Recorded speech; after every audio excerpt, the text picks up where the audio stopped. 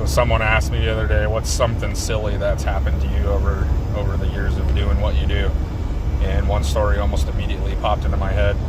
And it was, as silly as it was actually kind of spooky at the same time. So just a normal funeral home call, kind of late at night, maybe like 8, 9 o'clock at night. It was already dark, and it had been raining most of the day, so it was pretty humid. It was warm, and where I live now, it's foggy a lot, especially at night. So, and I live in a really rural area now, so driving through cornfields, and there's not a lot of people out, especially at night. So dark, foggy, nothing but cornfields, and not a lot of people out, kind of already sets the tone for spookiness. But anyways, I get to this funeral home, and it's really old, and had to go in through the basement, and there's a little ramp that goes down to the basement.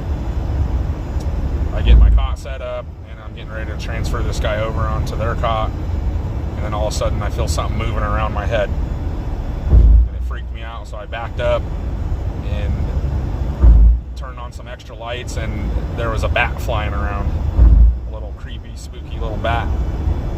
And as silly as it was, you know, that's kind of creepy. You know, I don't want a bat flying around my head.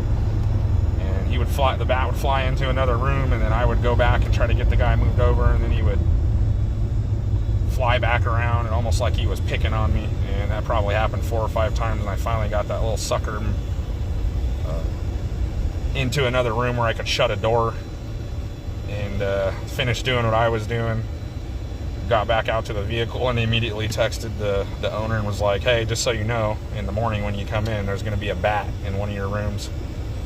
And he just kind of chuckled and laughed and was apologetic, and I don't even know how he got in there. He must have flew in when I opened the door. But yeah, kind of silly, but at the same time kind of spooky with everything else that was going on. So yeah, kind of a funny story. Like and subscribe. Any questions, ask them.